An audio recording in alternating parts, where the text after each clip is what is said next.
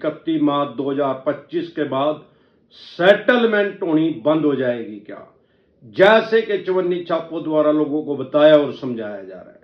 साथियों, आपके पास पैसे हैं तो इनके पैसे दे दें और मरे हुए सांप को अपने गले से निकालें। नहीं पैसे हैं तो राहु केतु ग्रह तो क्या करेगा, दुनिया का कोई ग्रह धरती पे आके आपका कुछ नहीं बिगाड़ सकता। और ये चवन्नी छाप ये तो सौदा ही कुछ नहीं है, इनका यमराज तो बैठे ही अमरदीप का ध्यान, इनको तो हरिद्वार तक छोड़ के ही आऊंगा। साथियों, सबसे पहले आप एक बात समझ लें कि सेटलमेंट होती क्यों है। वही लगी फटने खैरात लगी बटने, बिना बात के कोई खैरात नहीं बांटता। साथियों, डिसेंट एडवाइस फैमिली के लिए एक जरूरी सूचना है। सबसे पहले, जो कि हमारा नंबर वर्षों से डाला हुआ था हर ऐप के ऊपर, वो किसी टेक्निकल प्रॉब्लम की वजह से उन नंबरों पे व्हाट्सएप मैसेज नहीं आ पा रहे हैं, वो बंद हो गए हैं। तो अब हमारी टीम ने एक नया नंबर जारी कर दिया है, जो कि आपकी स्क्रीन पे आया हुआ है। अगर आप हमारे से पर्सनल मीटिंग करना चाहते हैं, पर्सनल एडवाइस लेना चाहते हैं या टेलीफोनिकली एडवाइस लेना चाहते हैं, तो आप इस नंबर को सेव करके व्हाट्सएप मैसेज करके मेरी टीम से अपॉइंटमेंट ले सकते हैं। अगर आप अपनी बेल करवाना चाहते हैं, जमानत करवाना चाहते हैं, उसके लिए अपॉइंटमेंट ले सकते हैं। साथियों, ब्रिटिश काल से सेटलमेंट होती आ रही है। इसको समझने के लिए सेटलमेंट को पहले पीछे जाना पड़ेगा। जैसे फ्लैशबैक होता था पुरानी फिल्मों में, उसको ब्लैक एंड व्हाइट करके दिखा देते थे। साथियों, हमारे देश में ब्रिटिश काल में सबसे पहले बैंक का जन्म हुआ है, जिसका नाम था बैंक ऑफ मद्रास। उससे पहले क्या था, वो 1841 में हमारे देश में, ब्रिटिश काल में, अंग्रेजों के टाइम में, गोरों के काल में, जब गोरे राजा थे हमारे देश में, तब बैंकिंग का जन्म हुआ था। उससे पहले हमारे देश में कौन सा दौर था, मुगल काल था, जिल्ले इलाही का दौर था। जब जिल्ले इलाही का दौर था, मुगल काल था, तब हमारे देश में कोई भी बैंक नहीं था, कोई भी बैंक का जन्म नहीं हुआ था। तब लोग अपना पैसा इकट्ठा कहां करते थे, गढ़ों में दाब के, जमीन के अंदर दाब देते थे, ताकि वो बुरे वक्त में काम आ सके। या आपने देखा होगा, महाजन होते थे बड़े बड़े सेठ, वो लोगों को ब्याज पे पैसा उधार देते थे। लाल रंग की कॉपी होती थी, उनका रजिस्टर, बही खाता बोलते हैं, उसमें साइन करवा लेते थे। और छीक 96, दो ब्याज के, दो लिहाज के 100 रुपए ले लेते थे। मतलब 6 को 6 से गुणा करने से आता है 36, वो कह देते थे 96 हो गए।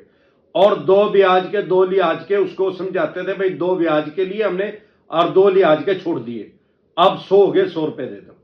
मतलब 36 रुपए के वो 100 रुपए ले लेते थे लोगों से। और उसके बाद ब्रिटिश काल में ऐसा नहीं है, अंग्रेजों ने हमारे देश पे शासन तो किया, ऐसा नहीं है कि सब कुछ ही वो गलत कर गए। ठीक है, हमारे देश को लूट के ले गया, लेकिन कुछ काम, कोई दुश्मन भी है उसमें भी कुछ अच्छा है, या कुछ काम वो बहुत अच्छे कर गए हैं हमारे देश के लिए। रेलवे लाइन बिछा गए हैं सारे देश के अंदर, शिमला में पहाड़ों में भी रेलवे लाइन चली हुई है, बहुत सी स्टेटों में वो पहाड़ों में भी चला गए हैं।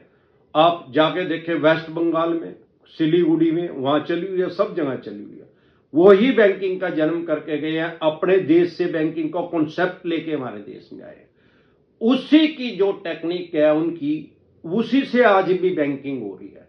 क्योंकि बैंकिंग हर 3 महीने में इनका क्लोजिंग होता है। ब्रिटिश काल से यही नियम चला आ रहा है, और ब्रिटिश काल से यही नियम चला आ रहा है कि बैंकिंग की जो क्लोजिंग है, ईयरली क्लोजिंग जो है, वो 31 मार्च को होती है। भाई वैसे तो ईयरली क्लोजिंग जो होनी चाहिए असूल के हिसाब से भी, साल तो खत्म 31 दिसंबर को हो जाता है, 1 जनवरी को नहीं, ऐसा लगता है। लेकिन जो फाइनेंशियल ईयर है वो 31 मार्च को ही खत्म होता है। ब्रिटिश काल से ये परंपरा चली आ रही है, और मुझे लगता है अनंत काल तक यही चलती रहेगी। ये सिर्फ बैंकिंग में नहीं है, इंश्योरेंस में भी यही चली हुई है। और अगर आप टैक्स भरते हैं तो टैक्स में भी कोई भी फाइनेंशियल ईयर जो है वो 31 मार्च को खत्म होता है। 1841 से लेके आज तक 184 साल हो गए हमारे देश में बैंकिंग होते हुए। तब से सेटलमेंट होती आ रही है, और तब से ब्रिटिश काल से ये नियम है कि हर 3 महीने के बाद इनकी क्वार्टरली क्लोजिंग होगी। मतलब बैंक ये देखेगा कि भाई कितना लॉस हुआ, कितना प्रॉफिट हुआ। अगर उसको लॉस होता दिखेगा, अगर उसको ये लगेगा भाई मुझे घाटा हो रहा है, तो वो क्या करेगा, कुछ पैसे की सेटलमेंट कर लेगा। क्योंकि आप देखते हैं हर बैंक, एनबीएफसी कंपनी सेटलमेंट कर रही है, क्रेडिट कार्ड हर बैंक देना चाह रहा है, और इनके 38% पैसे मर जाते हैं, 38% पैसे मर जाते हैं इनके, मतलब घाटा हो जाता है। 62% आदमी इनका पैसा वापसी देते हैं। फिर भी ये वो दोबारा दोबारा क्रेडिट कार्ड क्यों दे रहे हैं? क्योंकि इनका इंटरेस्ट इतना है, ब्याज इतना है, लोग सेटलमेंट भी कर रहे हैं, इनसे कोई फर्क नहीं पड़ रहा। अगर कोई भी bank NBFC company unsecure loan दे रही है तो उसको पता ही है कि 10% तो पैसे मरेंगे ही मरेंगे और 20% ऐसे आदमी मिलेंगे जो कि जिनके साथ सेटलमेंट करना पड़ेगा। 70% आदमी है जो कंटिन्यू इनको पैसा देते हैं, टाइमली पैसा देते हैं। अब वो 20% के साथ सेटलमेंट करके भी प्रॉफिट में कैसे हैं? अरे वो सेटलमेंट का पैसा निकालना चाहते हैं। फॉर एग्जाम्पल किसी बैंक के पास 100 करोड़ रुपए हैं, उसने 100 करोड़ रुपए ब्याज पे चढ़ा दिए, 10% पैसे तो गए बैंक के बाड़े में, 10 करोड़ तो मरेंगे ही मरेंगे। अगर वो किसी भी कोई भी काम उधार का आदमी करेगा तो उसके मरने ही मरने हैं। और 20% पैसे की सेटलमेंट क्यों करेंगे? अरे वो 70% जो 90 करोड़ रुपया उनका मार्केट में चला हुआ है, अगले महीने फिर उनकी ईएमआई आएगी, फिर मान लो 10 करोड़ आई, फिर उस 10 करोड़ को फिर ब्याज पे चढ़ा देंगे, फिर 10 करोड़ आई, इस 10 करोड़ की भी 1 करोड़ आएगी, फिर 11 करोड़। ऐसे इनका सर्कल घूमता रहता है। जो इनका 20% पैसा रुकता है उसको कम ज्यादा लेके फिर उसको ब्याज पे चढ़ा देते हैं, फिर उसको सर्कल में घुमा देते हैं। यही कारण है तो हर बैंक एनबीएफसी कंपनी हर 3 महीने में जब वो अपना लेखा जोखा देखती है, प्रॉफिट लॉस देखती है, तो वो देखती है कि मेरा 2000 करोड़ का फायदा हो गया, 5000 करोड़ का फायदा हो गया। वो क्या करते हैं, उस जो उनका 5000 करोड़ का प्रॉफिट हुआ और मान लो 150 करोड़ का 500 करोड़ का भी नुकसान हो गया तो 4500 करोड़ का नेट प्रॉफिट हो गया। वो अपने पोर्टफोलियो को क्लीन रखना चाहते हैं, साफ सुथरा रखना चाहते हैं, मतलब अपने पैसे का चक्कर घुमाना चाहते हैं, क्योंकि उनको पता है अगर सर्कल घूमेगा, पहिया चलेगा तो कहीं पहुंचेंगे।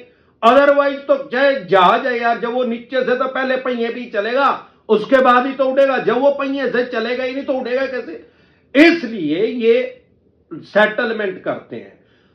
ब्रिटिश काल से परंपरा चली आ रही है कि हर 3 महीने के बाद सेटलमेंट के ऑफर आते ही आते हैं, और मैक्सिमम ऑफर जो है वो मार्च के महीने में आते हैं, क्योंकि ईयरली क्लोजिंग है इनकी, सालाना लेखा जोखा देखते हैं। एक साल में हर 3 महीने में तो प्रॉफिट ही ना देख लिया, अब ये टोटल प्रॉफिट देखते हैं अपना कि एक साल में प्रॉफिट कितना हुआ।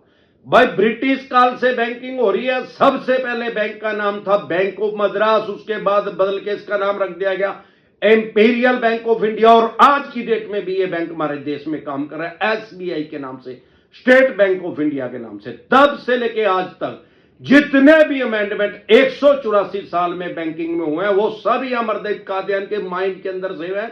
मेरा साला इसको खोपड़ा कहता है, खोपड़े के अंदर से। और जब तक हरिद्वार जाऊंगा जितने भी अमेंडमेंट होंगे, जितने भी बदलाव होंगे, उनको खोपड़े में सेव करके आम और खास आदमी को बताता और समझाता रहूंगा।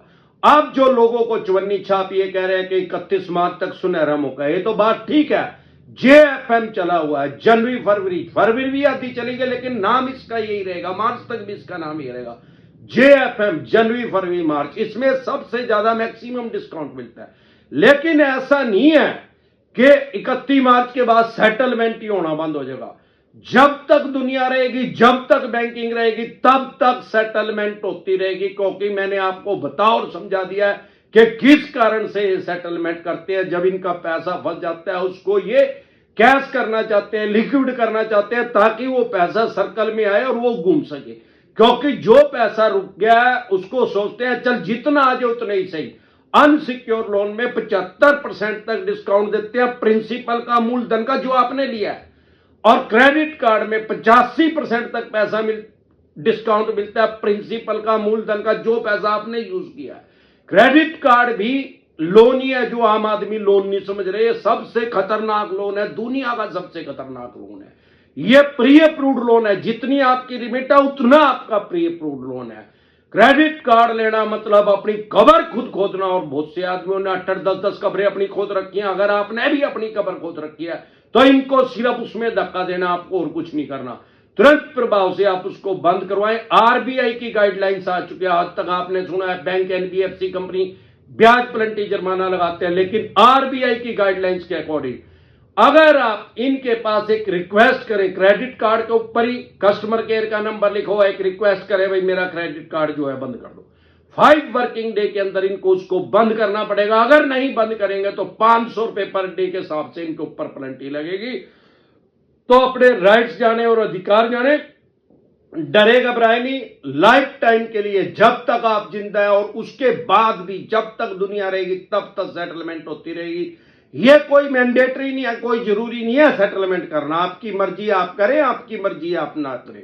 एक बार जोर से मिलकर नारा लगाएंगे, जय ससुराल वालों की।